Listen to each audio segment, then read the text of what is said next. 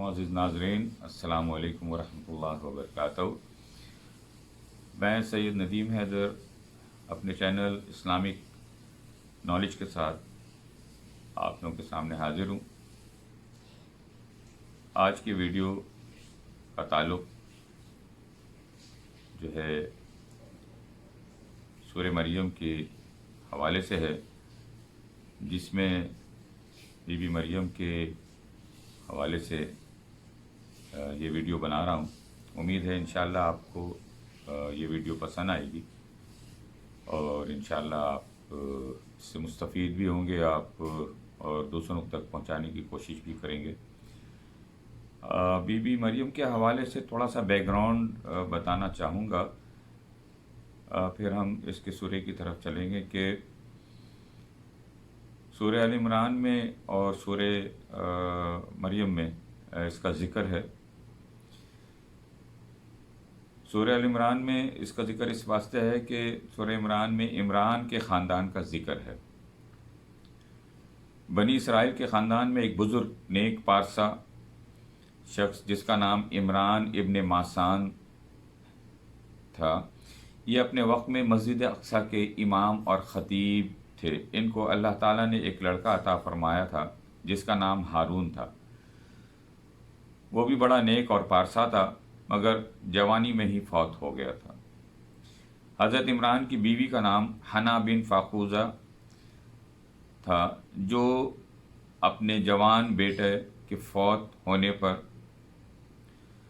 فکر لاحق ہوئی تھی ان کو کہ حضرت عمران بھی بڑھاپے کو پہنچ گئے، تو حضرت حنا پریشان ہو گئیں کہ آئندہ ہم سے مسجد اقصی کی دینی خدمات نہیں ہو سکے گی۔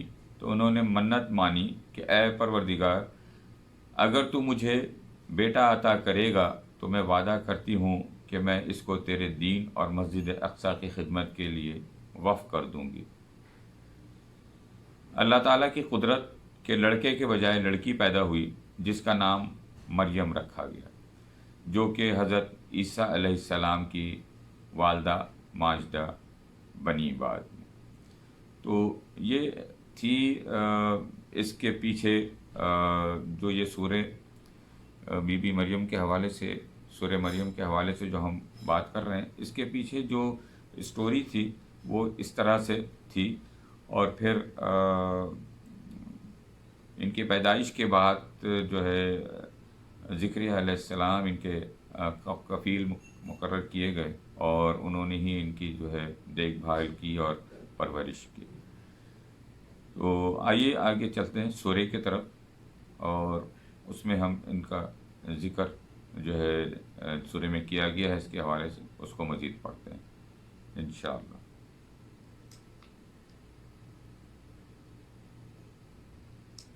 واذكر في الكتاب مريم إذ انتبذت من أهلها مكانا شرقيا۔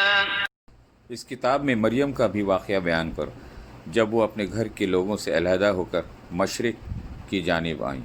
فاتخذت من دونهم حجابا فأرسلنا إليها روحنا فتمثل لها بشرا سويا۔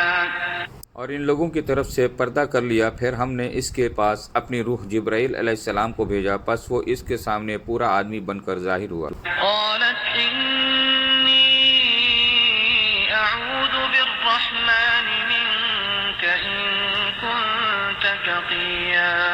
کہنے لگے میں تجھ سے رحمان کی پناہ مانگتی ہوں اگر تو کچھ بھی اللہ سے ڈرنے والا ہے۔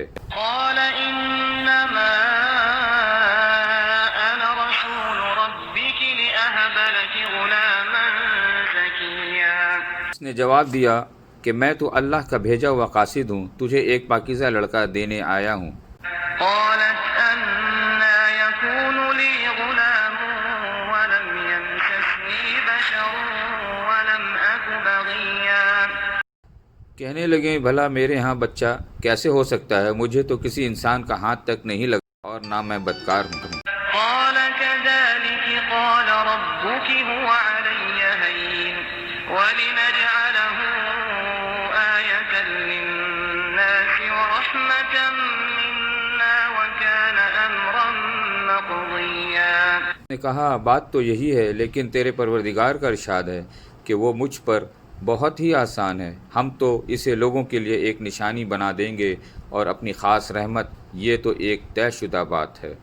فحملته فانتبذت به مكانا قصيا پس وہ حمل سے ہو گئیں اور اسی وجہ سے وہ یکسو ہو کر ایک دور کی جگہ چلی گئیں۔